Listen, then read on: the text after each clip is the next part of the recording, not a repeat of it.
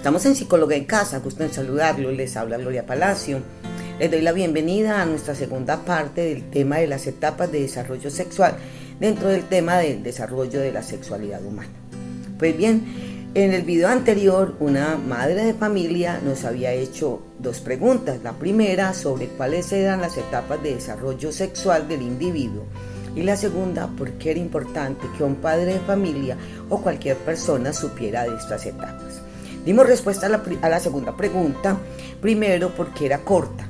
Dijimos que era importante que las personas supieran de los temas de desarrollo sexual porque así podían orientar a los demás cuando ya estaban estos adultos, cumplieran la función que cumplieran, y también dijimos que era importante porque nos debemos conocer y mientras más información tengamos de nosotros mismos, pues obviamente más felices seremos. Bien, sobre la primera pregunta de las etapas de desarrollo del ser humano hablamos de dos posiciones, llamémoslas así, o teorías a nivel de la psicología, y hablamos de la teoría psicosexual que dividía en 4 etapas el desarrollo de la sexualidad humana. Eran así: la primera infancia, luego la pubertad con la adolescencia, luego después venía juventud con madurez y por último la vejez, y las explicamos. Muy bien, ahora vamos a hablar de las etapas de desarrollo sexual del individuo según el psicoanálisis. Es una posición realmente importante porque nadie más que el psicoanálisis dio a conocer la importancia de la libido en el ser humano, la importancia de esa energía sexual y del deseo sexual dentro de los seres humanos. Recordemos que la tenemos desde que nacemos hasta que morimos. Bueno, muy bien, entonces, en las etapas de desarrollo según el psicoanálisis tenemos lo siguiente: un primer momento, que en la anterior teoría se llamaba la primera infancia, acá se llaman etapas pequeñitas y llaman así. Desde que el individuo nace, y dicen algunos que desde antes de nacer hasta en el mismo vientre de la madre, el individuo está en la etapa oral. Se llama oral y es desde que nace o antes hasta más o menos año y medio, 2 años, porque todo se lo lleva a la boca. Oral tiene que ver con la boca. Acá se expresa que el deseo humano está muy en la parte, digamos, de la boca. Por eso se dice también que besamos y que besamos con pasión, porque ahí el deseo se concentra. Entonces el individuo se alimenta con el seno materno, accede al seno de la madre y toda esa parte, digamos, de la boca juega un papel importante. De hecho, observemos a los niños cuando están jugando, la mayoría de las cosas se las llevan también a la boca. Entonces, esta es una etapa importante, la etapa de alimento del bebé, de esa parte importante, digamos, de nutrirlo bien y de darle seno materno.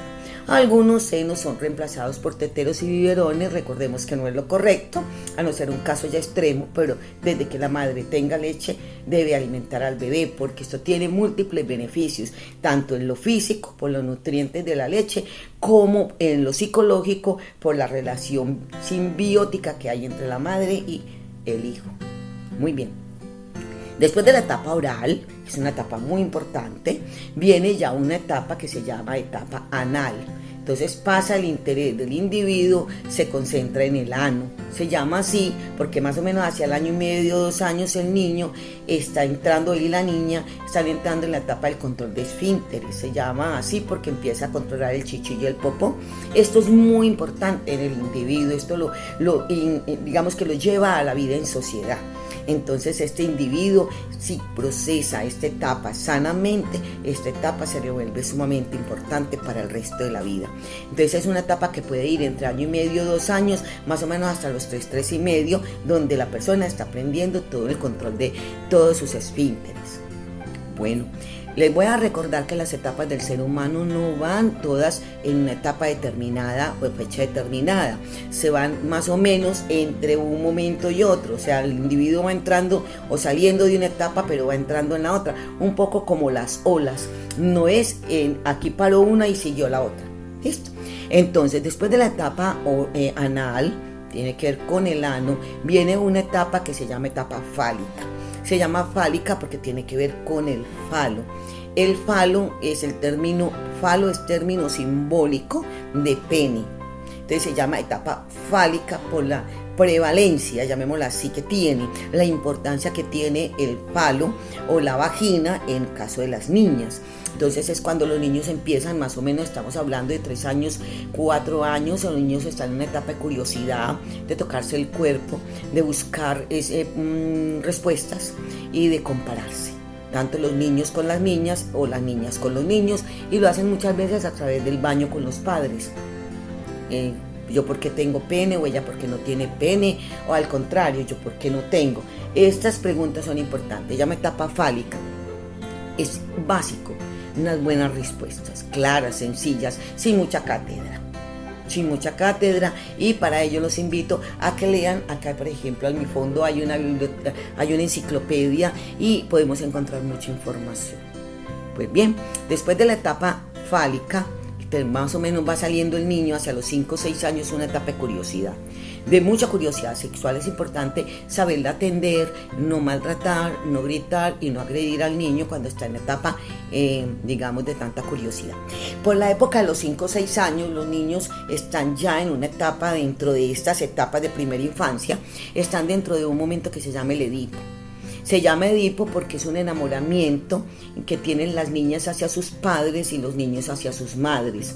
Se llama Edipo por Freud, que buscando en la mitología encontró la historia de Edipo Rey. Edipo Rey es la historia de un hombre que sale del reino de su padre. La pitonisa habla de que va a matar a su padre, se va a casar con su madre, y efectivamente así sucede en la historia de la mitología griega. Freud habla de que el niño va a enamorarse profundamente de su madre y las niñas profundamente de su padre.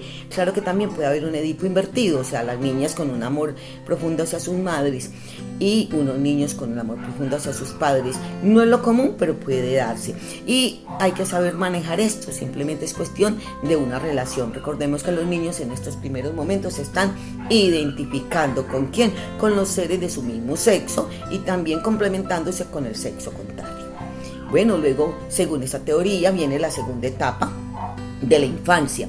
Se llama latencia. Latencia viene de latente, quiere decir que la sexualidad, el interés sexual está ahí, pero empieza a pasar a un plano, digamos, secundario debido a los estudios en los niños.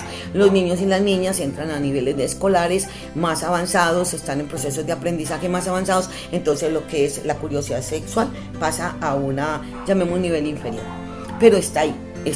Luego viene la adolescencia, dividida en pubertad y adolescencia propiamente.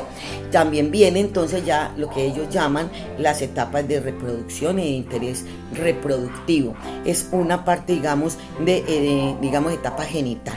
Ese es el término exacto que se maneja, y está dividida en pubertad, adolescencia, juventud, también adultez y por último vejez. Bueno, con esto ya les doy salida a las explicaciones. En el próximo video veremos los mitos que hay sobre la sexualidad y sobre el sexo, y vamos a recogerlos en una cantidad de mitos que nos puedan ayudar a entender que muchas veces las cosas no son tan complicadas, sino que estos temas de la sexualidad a través del tiempo y de la historia los han convertido en algo muy complicado, pero realmente son cosas más bien sencillas. Bueno, recuerden, Gloria les dice: sean felices.